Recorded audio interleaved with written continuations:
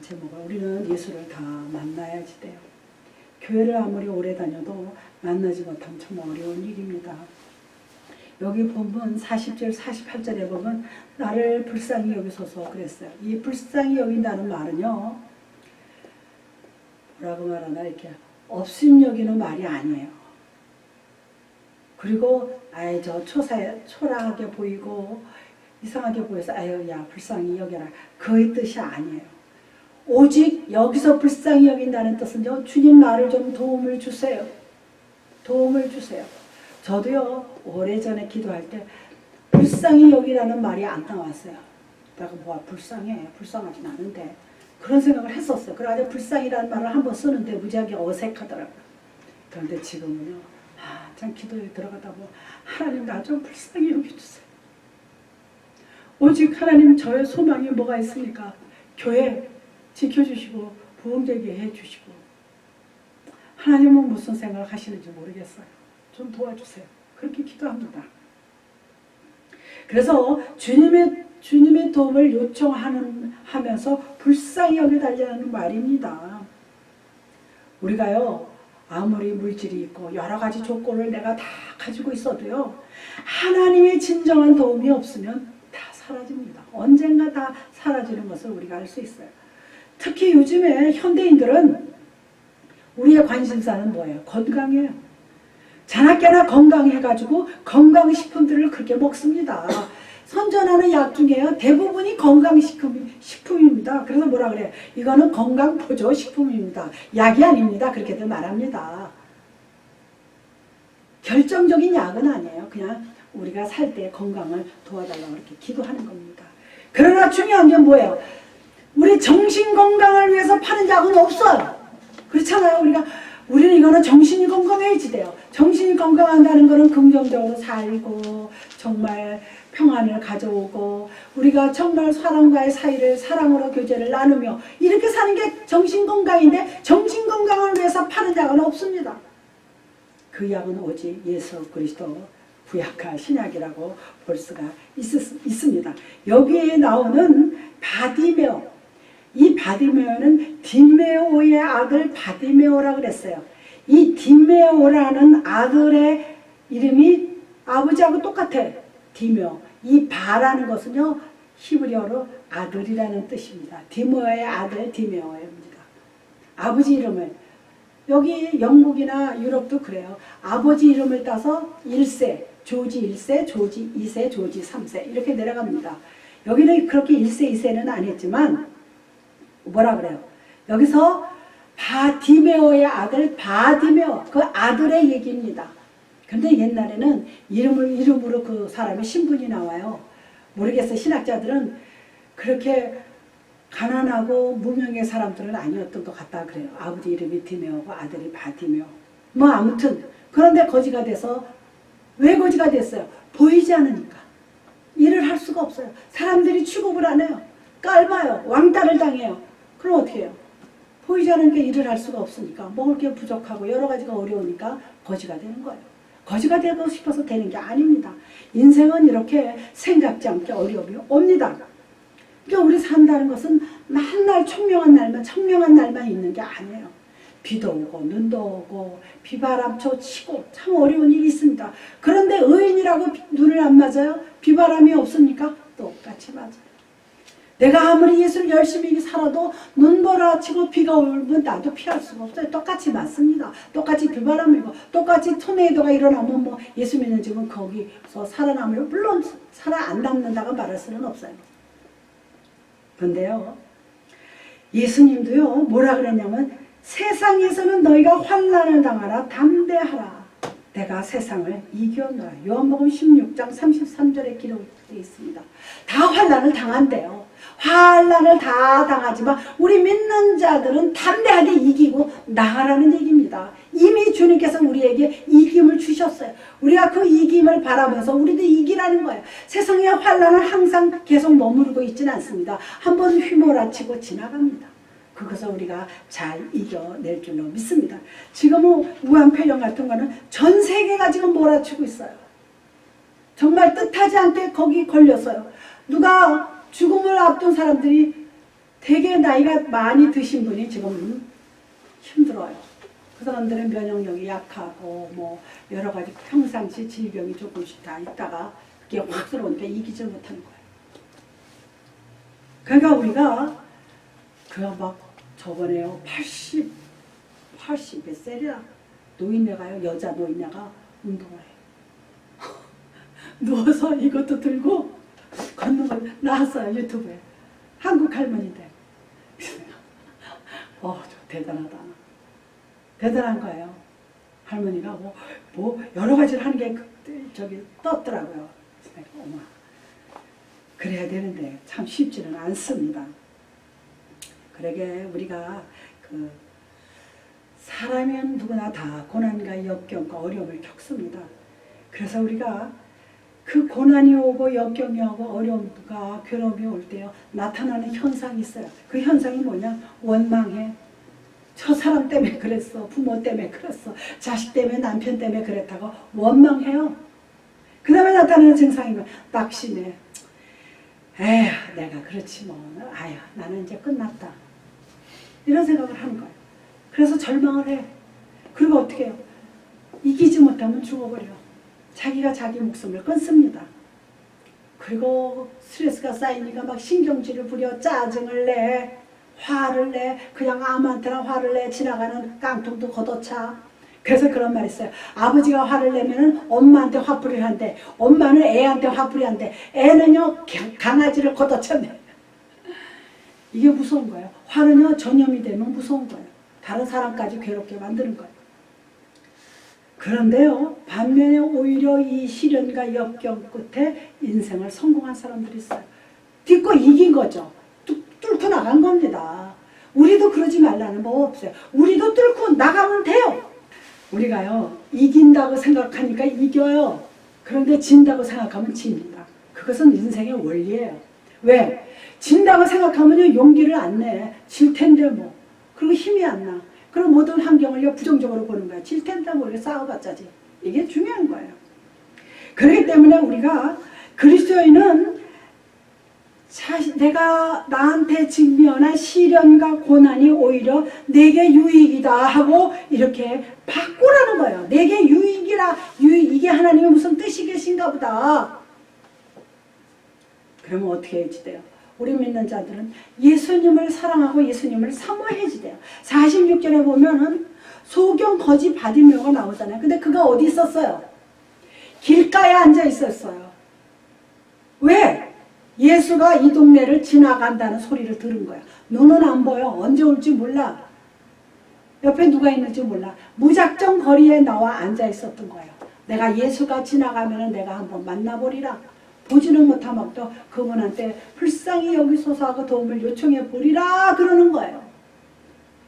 우리도 마찬가지예요. 우리는 길가는 안 앉았어도 내 인생의 길에서 언제 주님이 만나서 나를 불쌍히 여겨서 나에게 도움이 되고 축복이 되고 생명의 양식이 되어서 내 앞길을 열어놓으실까 하고 기다려야지 돼요. 이 소경이 얼마나 깝깝하고 답답하겠어요. 언제 지나가는지도 몰라. 사람들이 뭐 소경한테 친절히해서 야 예수님 저기 오신다 그러겠어요? 그런데요 예수님이 어디쯤 오시는지도 모르고 이 소경은요 보이지 않기 때문에 마냥 기다릴 거예요. 소문을 들었죠 뭐. 그러니까 내 생각에 아침 새벽부터 와서 앉아 있었겠죠 길에. 예수가 지나간다는 소문을 들었어요. 사람도 소리는 들렸어요. 귀는 열려 있는 거예요. 그래서 내가 나가서 기다려야지. 그래서 이제나 저제나 올까 하고 지나가기를 기다리는 마음이 있어야지. 우리가 신앙생활도요 이 기다리는 마음이 있어야지. 다윗은 시편 63편에서 내 영혼이 주를 갈망하며 내 육체가 주를 앙모하나이다.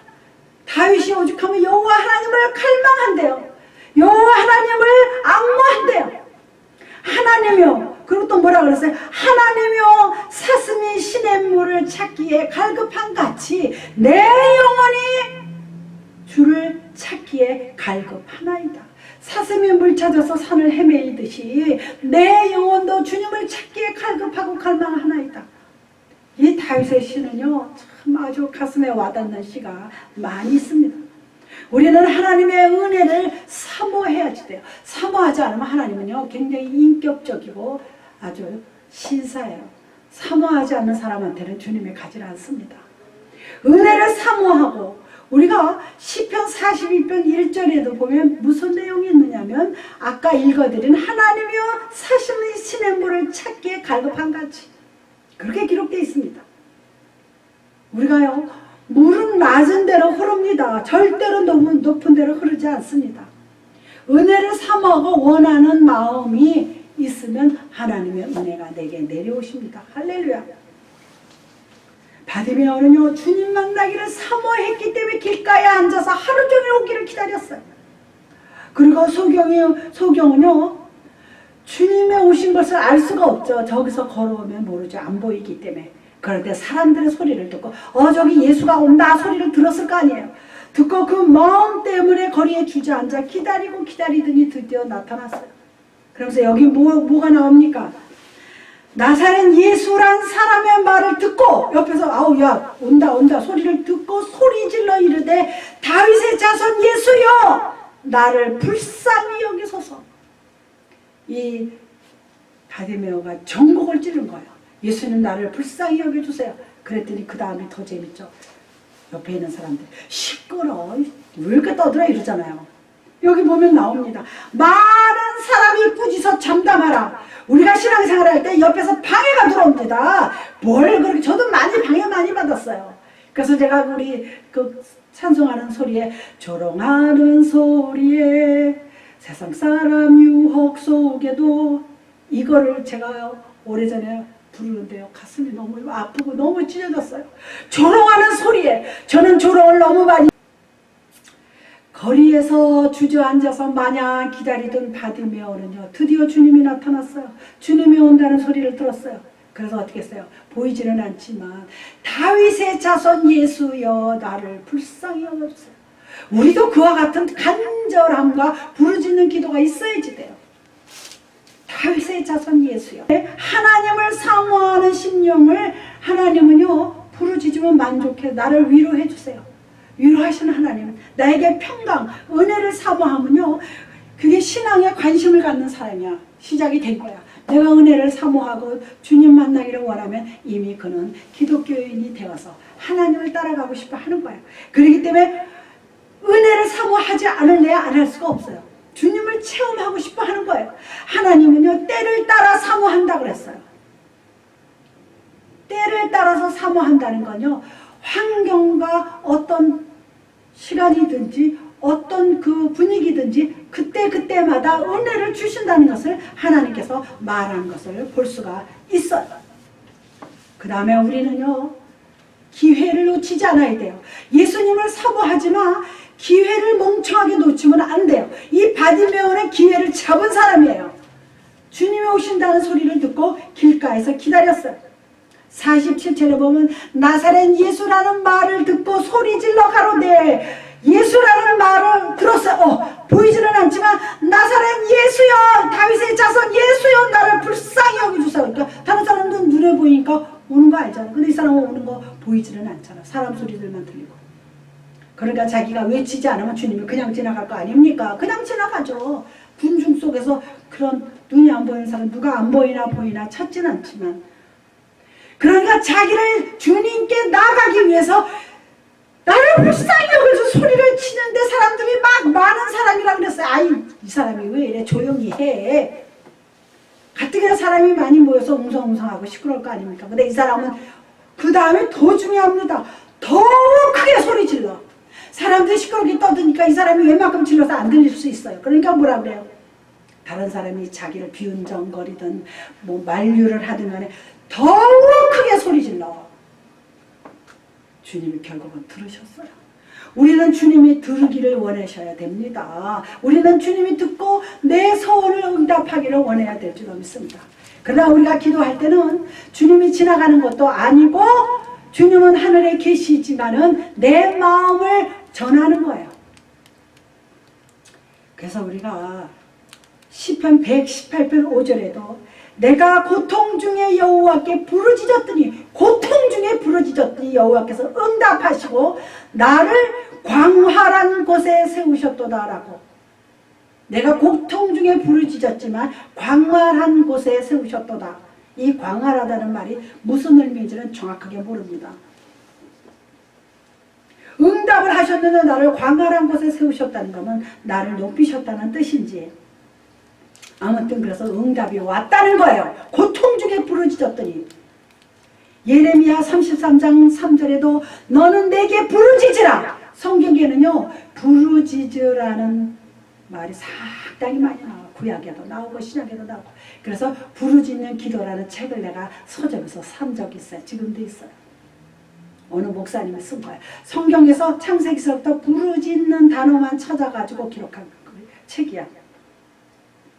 너는 내게 부르짖으라. 내가 내게 응답하겠대. 부르짖으면 응답하겠다는 거예요. 대답하겠다는 소리입니다. 내가 알지 못하는, 너는 절정할 수가 없는 크고 은밀한 일을 내게 보이리라 그랬어요. 고통 중에 부르짖으니까 내 문제를 해결해 주실 뿐만 아니라 은밀한 일도 보여주시겠다는 거예요. 그렇기 때문에 우리는 기회가 왔을 때 잡아야지 돼요. 세상도 마찬가지예요. 그래서 우리 집사님은 항상 그래요. 인생에 있어서 기회가 3번 온대요. 3번 중에 1번을 잡으라는 얘기죠. 사람은요 기회가 와요. 누구나 옵니다. 그 기회를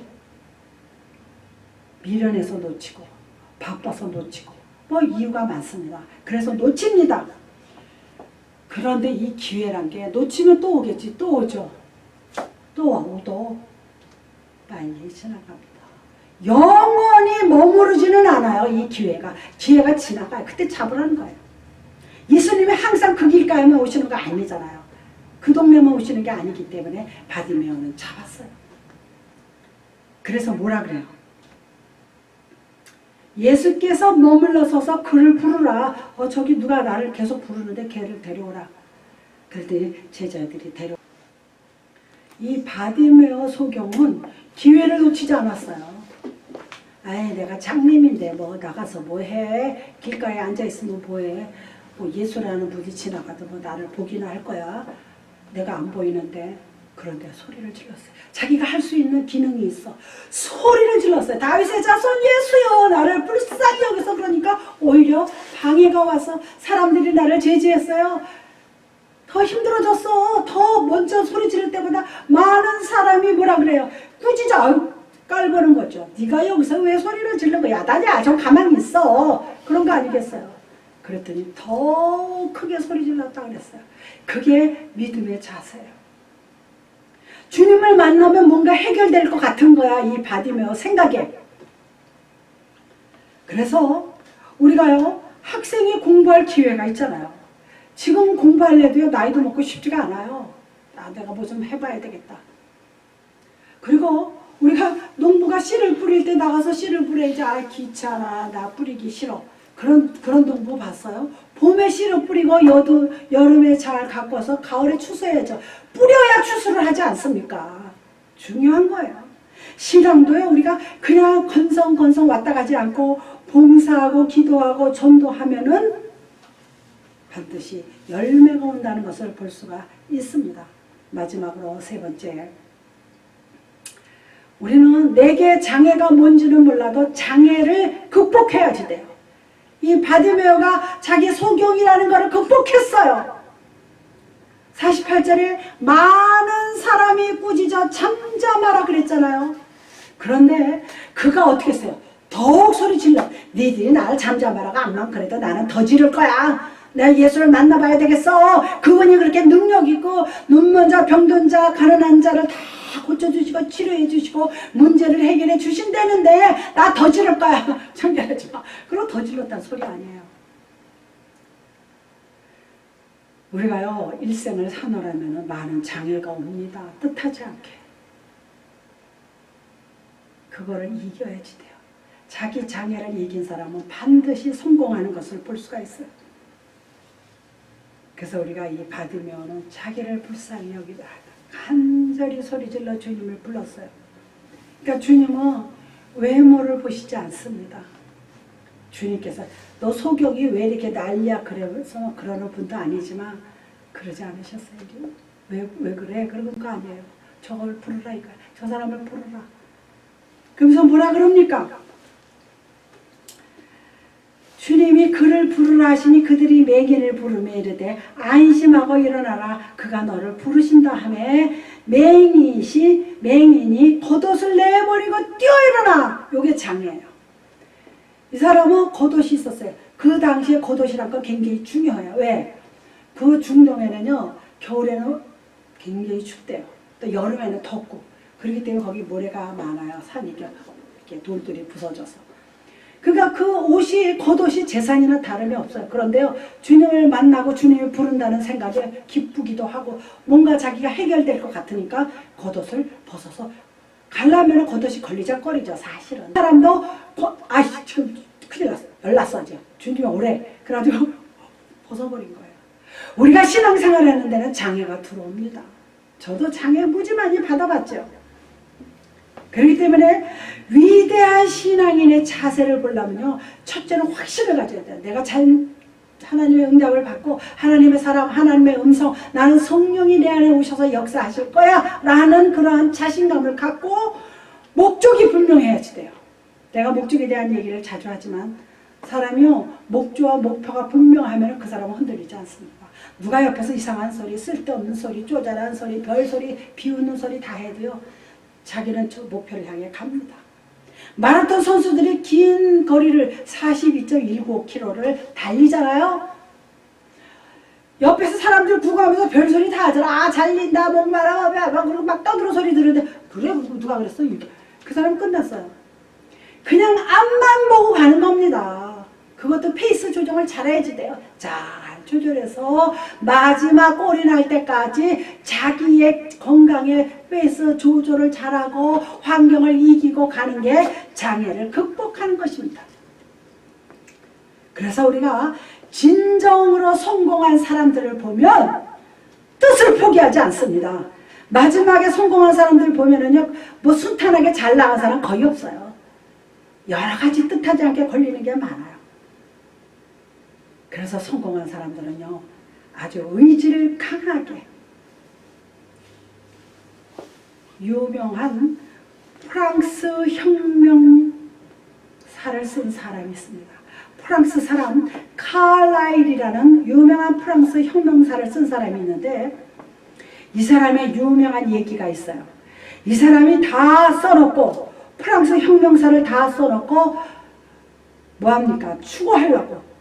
왜? 원고를요 다시 이제 다 정리를 하는 거죠. 하려고 책상 위에 다 올려놓고 나가서 잠깐 바람 좀 쐬고 산책하고 들어온 사이에 없어졌어.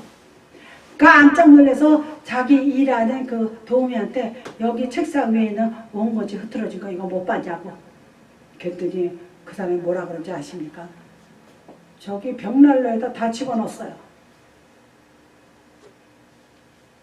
자기가 추구해서 이제 인쇄소에 보낼 건데 이제 정리를 해서 어디 잘못되면 다 불타는데다 집어넣었다니까. 하늘이 무너졌죠. 그럼 얼마나 오랜 기간 썼을 거예요. 마지막 추구를 해서 보내려고 그러는데. 그런데요, 이 사람은요, 오랜 기간 동안 수고한 원고가 책상에 놓고 산책 갔다가 오니 가정부가 몽땅 불에 넣어버렸어. 기가 막히겠어요? 안 기가 막히겠어요? 막말로 죽이고 싶을 거예요. 근데 그는요, 눈물이 쏟아졌지만 좌절하지 않았어요. 오랜 땀이 수고와 한순간이 무너져버리는 순간 아닙니까? 그거를 기록했는데. 근데요, 그 사람은 그래도 태양은 떠오른다. 다시 시작했어요. 그래서 2번을 썼어요. 이 사람 아주 유명한 사람이에요. 이 사람이 뭐라 그랬어요? Do in now. 지금 다시 한다. 얼마나 놀라운 일이에요. 다시 쓴 거야. 그리고 태양은 다시 떠오른다. 이게 어디서 나와요? 유명한 영화 마가렛 미셸이라는 그 여자가 쓴 바람과 함께 사라지다는 영화에서 마지막 말이에요. 여러 가지 어려움이 막 생겨서 남편도 떠나고 다 떠났지만 여자가 울고불고 막 그러지만 이 여자가 눈물을 닦으면서 태양아 내일도 떠올라 하고 일어납니다. 그게 막 이게 그래서 명작인 거예요. 바람과 함께 사라지다. 놀라운 일이죠. 이 프랑스 혁명사를 쓰는 칼라이아는 자기 오랜 세월 동안 써낸 게 불로 다 사라지는데 이 사람은 다시 썼어요. 그래서 프랑스 혁명사가 있는 겁니다. 그 유명한 영국의 윈스턴 처칠이라는 사람이 있습니다. 유명한 사람이에요. 이 윈스턴 처칠은요, 자기 모교 방문해서 졸업식에 축사를 해달라고 간 사람이에요. 그래서 유명하면 그 모교에서 오라 그러잖아요, 졸업식 때. 이 사람은요, 세상에서 가장 짧은 연설을 했어요. 윈스턴 처칠이 가서. Never give up. 그거 한마디 했다는 거예요. 그 졸업 가서 연설하러 가는 이 사람이 수상 아니에요. 영국의 유명한. Never give up. 너희들 졸업을 하지만 결코 포기하지 말라는 거 아닙니까? 놀라운 일이죠. 그 유명한 사람, 성공한 사람들의 말을 들어보면요, 다 그들 나름대로 고충과 고난 속에 있었어요. 다 그것을 뛰어넘고 이긴 사람이에요. 몸을 털고 일어난 사람들이에요. 울고 자절하지 않았어요. 남을 향해서 비난하지 않았어요. 다시 일어나요. 칼날이 그 원고가 하루아침에 사라지는데 어이가 그냥 기가 막혀 안 기가. 보통 사람은 난리 울고 불고 때리고 쫓겨내고 난리 치자 월급도 안 주고. 근데 이 사람은 자기 그 가정부를 야단쳤다는 말이 없어요. 다시 시작했다는 거예요. 그 사람이 모르고 그랬으니까. 그래서 우리가 겉옷을 벗어버리는 사람들이 돼야 돼요. 이 겉옷이 진짜 눈에 보이는 겉옷이 아니에요. 나한테 거치장스러운 거, 신앙생활 하는데, 믿음생활 하는데 내가 거치장스러운 거 있으면 벗어버려야지 돼요. 뭐하러 달고 다녀요? 우리가요, 우리 50절에 이러한 내용이 있습니다. 맹인이 겉옷을 내버리고 뛰어 일어나 예수께 나오거든 벗어버렸어요. 뛰었어요. 그리고 쫓아갔어요. 그래서 이 사람은 눈을 떴다는 얘기 아닙니까? 할렐루야. 이 사람은요, 그 당시에 겉옷은 유일한 재산이에요. 잠언에도요, 저 사람이 나한테 빚을 졌는데 안 갚아. 그럼 그 다음에 겉옷을 갖다가 전당으로 잡아. 그런데요, 하나님 참 좋으신 하나님, 여호와 하나님 잠언 시대니까 해가 지면은 그 겉옷을 다시 주래요. 밤에 덮고 잘 게 없다는 거예요. 그러면 그 사람이 밤에 자면서 나를 얼마나 원망하게 했느냐 그 소리입니다. 자기가 비록 빚은 졌어도 코트까지 뺏겼으니 밤에 잘 수가 없어, 추워서. 그러니까 그것을 도로 주라는 거예요. 참 우리는 그게 우리가 믿음이고 신앙인 줄로 믿습니다. 그러면 우리가 이 겉옷을 버린다는 의미가 뭡니까? 나의 체면을 벗어버려야지 돼요. 지금 체면 치료하느라고 목사들이 강화문 광장에 못 나왔던 거예요. 오히려 나온 사람들 막 비난한다는 거예요. 어떤 사람은요, 뭐 이름 좀 조금 났다고, 명성 좀 조금 났다고 아주 목이 뻣뻣해지는 사람이 있습니다. 그리고 어떤 우리나라의 지도자가 됐다고, 뭐 어떤 부분이든, 뭐 정치든 어떤 지도자 되면은요, 체면 치료해요. 위선이죠. 한마디로 말해서 위선이에요. 웃기는 거죠. 이 대통령 문재인 씨는 좋아질 거다. 괜찮아질 거다. 무엇이할 거야. 우리나라가 세계에서 방역이 최고다. 무슨 소리예요. 대통령이 돼서 뭐라고 한마디는 하긴 해야 되는데 그런 말을 해서 백성들이, 국민들이 위로가 됩니까? 확진자는 자꾸 퍼지는데. 그래서 거짓말이라는 소리를 듣는 겁니다. 그게요, 체면치레예요. 진짜 사과해야 될 일은 사과를 안 하고요, 엉뚱하게 피해가는 거예요. 이제는 사람들이 안 속아요. 사람은요, 정직해야지 돼. 특히 정치인들의 생명은요, 정직해요. 이건 제가 하는 소리가 아니에요. 정치학자들이 하는 소리예요. 정치인들의 생명은 정직이에요. 그래야 이 자기 정치하는 그 생명이 오래가는 거예요. 거짓말로 잠깐은 될 수 있어요. 속일 수 있어요. 그런데 오래가지 못해요. 그런 사람들은 떠밀려 내려와요. 정치는요, 지금은 좀 어렵고 시간이 오래 걸려도 정말 진정한 나라를 살아가고 정치의 국민들의 리더자가 되려면은 정직해야지 돼요. 우리는 허례허식의 옷을 벗어야지 돼요. 그리고 마지막 우리가 세상적인 옷도 버려야지 돼요. 하나님의 모세를 향하여 내게 가까이 하기 전에 너의 신을 벗으라 그랬어요. 그 신의 산에서 가시나무에 불꽃이 타는 걸 보고 뒤돌아서서 가까이 갔어요. 그랬더니 주님의 음성이 들렸어요. 모세야 모세야 내가 내게 가까이 하기 전에 너의 신을 벗으라 그랬어요. 이거는요 무슨 뜻이냐면 이 신은요 온갖 것을 다 밟고 다닙니다. 세상에 걸어 다니는 거예요. 이 세상에 때 묻었던 것을 벗으라는 얘기입니다. 거기는 거룩한 곳이라 그랬습니다.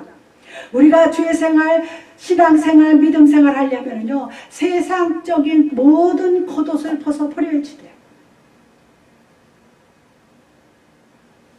시편 37편 4절에 여호와를 기뻐하라 저가 내 마음의 소원을 이루어 주시리로다. 할렐루야. 하나님을 기뻐하면요 내 소원을 들어주신대요. 여기서 부르짖으란 말은 없었어요. 주님을 기쁘게 하면은 소원을 들어주신대요. 어떻게 기뻐하라는 말은 없어요. 그냥 우리가 무슨 하는 행동, 봉사하는 거, 믿음생활, 말씀 보는 거, 기도하는 거, 이 모든 것들을 다 하나님 보시기에 기뻐하면은 내 소원을 이루어 주신대요. 할렐루야.